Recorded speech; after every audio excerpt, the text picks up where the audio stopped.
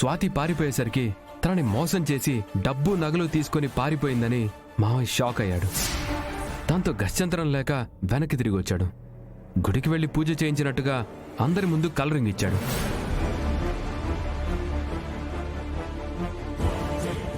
నా మొగుడు నన్ను వదిలించుకోవడానికి ఆ అమ్మాయితో కులకడానికి ఎన్ని నాటకాలాడాడో పూర్తిగా అర్థమైంది. చెప్తా, మళ్ళీ నాకు ద్రోహం చెయ్యాలన్నా, మరో అమ్మాయి జోలికి వెళ్లాలన్నా భయంతో వణికి చచ్చేలాగా చేస్తాను.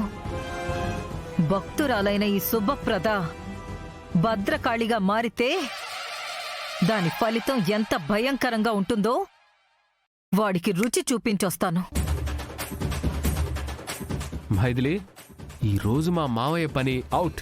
మరి కట్టుకున్న భార్యకి ద్రోహం చేసి ఆమె జీవితంతో ఆడుకోవాలని చూసే ప్రతి మగాడి బ్రతుకు ఎలా ఉంటుందో ఈరోజు లీలాకృష్ణ గారి మొహంలో చూడబోతున్నాం. నిన్ను ఆపుతలే ఆపుతలే ఆపు, నీ కాళ్ళు అట్టుకుంటానే. ఈ ఒక్క తప్పుని క్షమించు వదిలేవే శుభప్రద. నా స్థానంలో ఒక్కసారి ఆలోచించరా. నా కడుపు మంటేంటో నీకు అప్పుడు అర్థం అవుతుంది. క్షమించమని అడుగుతున్నాను కదా. నేనా? చచ్చేదాకా క్షమించను. నీకు ఇంకొక విషయం చెప్పనా?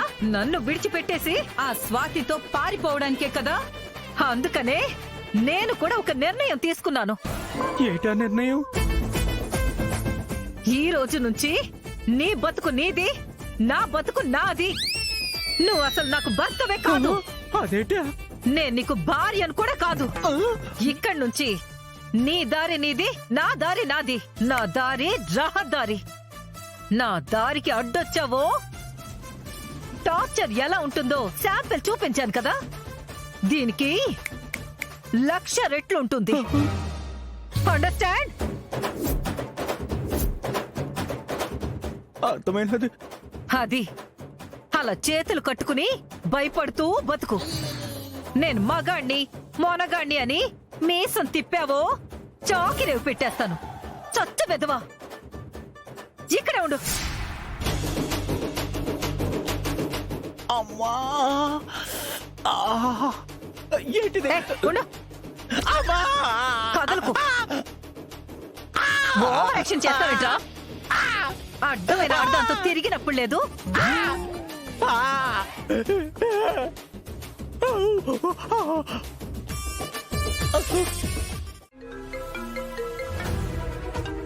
మైథిలి, గిరి వాళ్ళ అమ్మ కాల్ చేస్తున్నారు. తీయండి. చెప్పండి ఆంటీ, గిరి ఏమైనా టచ్లోకి వచ్చాడా? లేదు బాబు, ఒకవేళ మీకు టచ్లోకి వచ్చారేమో అని నేను ఫోన్ చేశాను బాబు. వస్తే చెప్పు బాబు. ఓకే ఆంటీ, గిరి టచ్లోకి రాగానే మీకు ఇన్ఫార్మ్ చేస్తాను. ఆంటీ, మీరేం టెన్షన్ పడకండి. సరే బాబు. ఏమన్నారండి? వాళ్ళ అమ్మ నాన్న చాలా టెన్షన్ పడుతున్నారు మైథిలి. ఈరోజే వెళ్ళి పోలీస్ కేసు పెడతాం అంటున్నారు. అవునా? ఒకసారి గిరి నెంబర్కి ట్రై చేయండి. ఫోన్ రింగ్ అవుతుంది. పేషెంట్ అదృష్టం బాగుండి ఫోన్ పనిచేస్తుంది. వెళ్ళి లిఫ్ట్ చేస్తే అతను హాస్పిటల్లో ఉన్నాడని ఇన్ఫర్మేషన్ ఇవ్వచ్చు.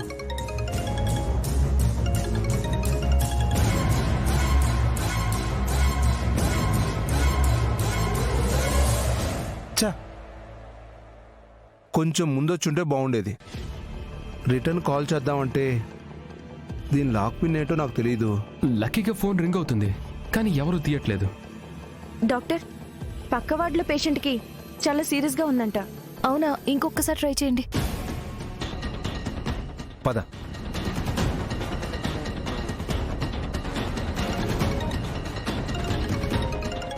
లిఫ్ట్ చేయరా, కమాన్.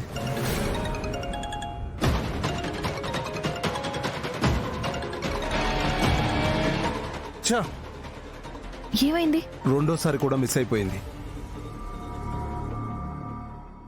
ఏమైందండి? ఫోన్ తీయట్లేదు మైథిలి. ఉత్తమ్, నాన్న ఉత్తమ్. వస్తున్నాం మామా, పద.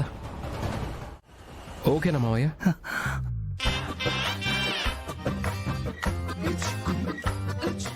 దీనంతటికి కారణం నువ్వే రాక్షసి.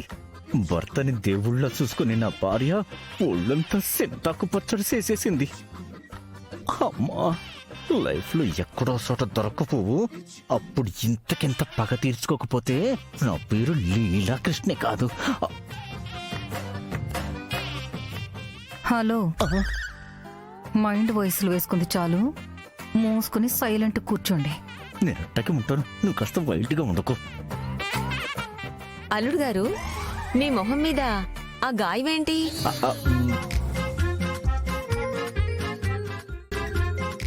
అవును, ఇందాకొచ్చినప్పుడు లేదు, గదిలోకి వెళ్లి రాగానే ఆ దెబ్బ ఎలా తగిలింది? అడిగేశారా అనుకున్నాను, అడిగేస్తారని. అడుగుతుంటే మాట్లాడేంటి అల్లుడు గారు? ఆ గాయం ఎలా అయింది? నేను కొట్టాను.